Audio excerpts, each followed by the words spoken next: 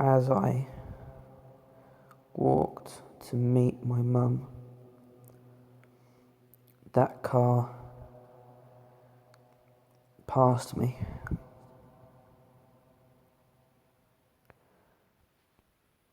I can accept this, as it is a main road.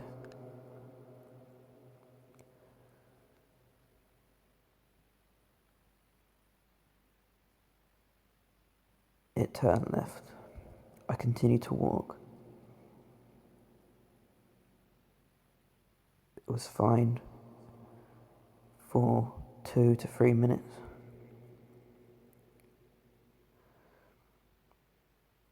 It zoomed past me. A hostile face turns around swiftly, peering itself into my eyes, piercing my legs. What? I'm happy to do nothing. Two sides Yankee, then Yankees. What is it? The dark side taking more control. I'm not doing anything. Everything happening around me is a total nightmare, and I want to leave now. It's been 5 years. 5 years. And it still exists.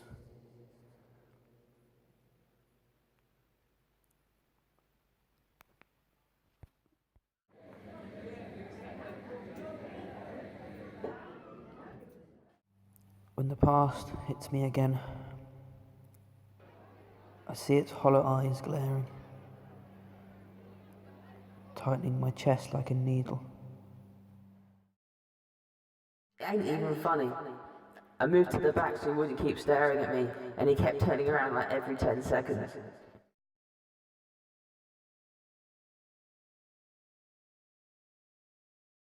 Their faces expressed a subdued hatred, which I painted by myself in my newly manufactured glare.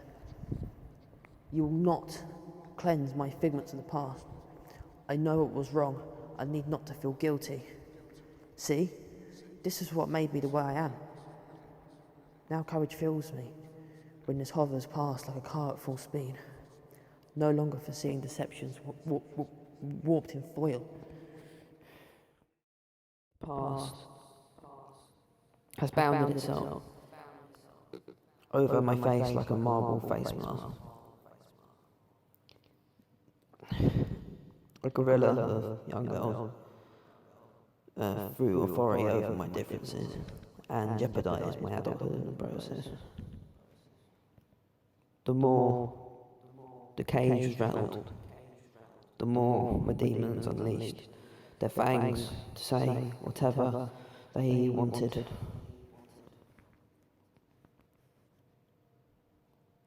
5 years on, the marble erodes, but the straps remain clutched onto the top of my spine. A group ignore me, but my judgment is shattered by the edges of marble digging through my scalp.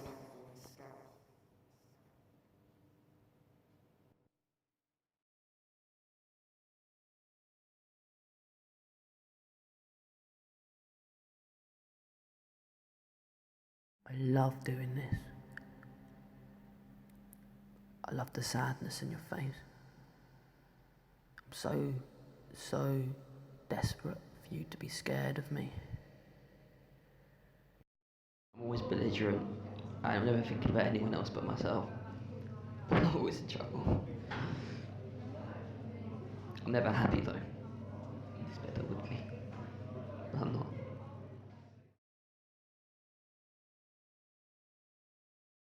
I will admit there was a lot of things that I did that were really bad. There could have been so much worse, but there were things that I did that didn't help my situation. I wasn't allowed to go near this girl's house. Well, I was told not to, like the end of January. I still carried on going there, and around like March, April time, well, I saw Dad and her brother, and her brother was looking at me like he wanted to slap me around the face. Yeah, that was horrible because I had to tell my parents about it, and they were cross with me because I'd made such a stupid mistake by going there. I used to like getting into trouble because I used to like the feeling of adrenaline going through my body, the pressure, the uncertainty of what was coming around the corner. She used to work in this place, Cupcakes. It was like a small cafe. And I walked past and sort of looked through the window in this very nosy way.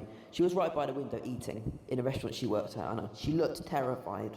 How dare I be on the high street, you know what I'm saying? I looked back and this person came out and was shooing me away. I remember putting my middle finger up because I was just like, what? But you know, I guess you can see it from both angles. And I treated this with absolutely no seriousness at all. Very frustrating. One time, I think this might have happened before actually, this one thing I'm about to talk about. I went to wait for my friend, it was like the day before. I went to wait for my friend outside his science class, and this girl was in his class as well.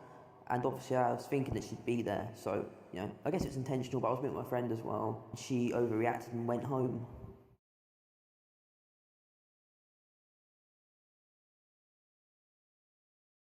I got on the bus, as I usually do. I was quite upset because I realised I only have like 5 weeks until I finish at Cambridge College. So I had tears in my eyes. People at the back of the bus asked me what upset me. So I mentioned that this girl who I fancy had called me, well, yeah, she called me creepy. I heard her say it earlier. And they know, or one of them knew, someone on Route 9, the bus right behind ours. So he called this guy up, and this guy managed to get the phone to the girl I like, and he started telling her that she'd upset me by calling me creepy. At this point, she gets a whole clan of boys to sort of stare at me and intimidate me. Although, you know, she did call me creepy, so, you know, it's not as if I've just called her a name out of nowhere. I shouldn't be staring, but at the same time, you know, she shouldn't be calling me creepy. The worst part was, well, I was passed the phone by one of the boys at the back of the bus. I was expecting this girl to speak to me.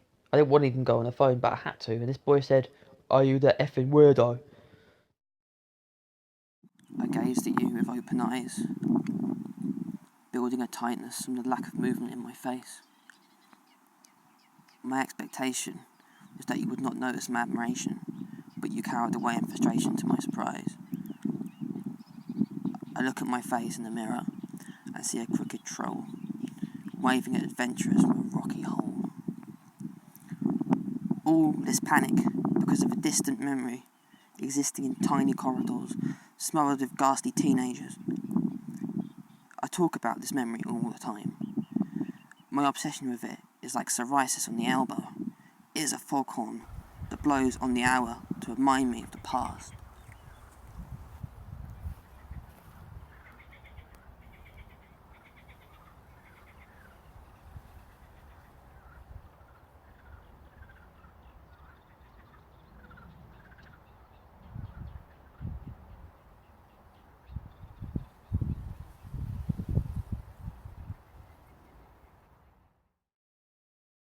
Things have changed dramatically since 2012. I've made friends. I've learned to trust people better. I only had, 3 friends at school in my last 2 years there. I felt like a laughing stock all the time. As soon as I went to college, I realised that people, well, the first thing is people wouldn't have prejudged me because of what happened at school. Second of all, college is more diverse, people are more sort of open-minded. But I'm thankful for college. It's helped me so much. I wouldn't be the person I am now if it wasn't for that. After school, I never thought that. Even now, there's still problems, there's still trust issues, but I can trust people better than I did.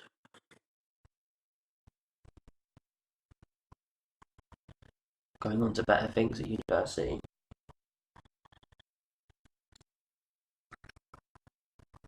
Hopefully that will boost my confidence further,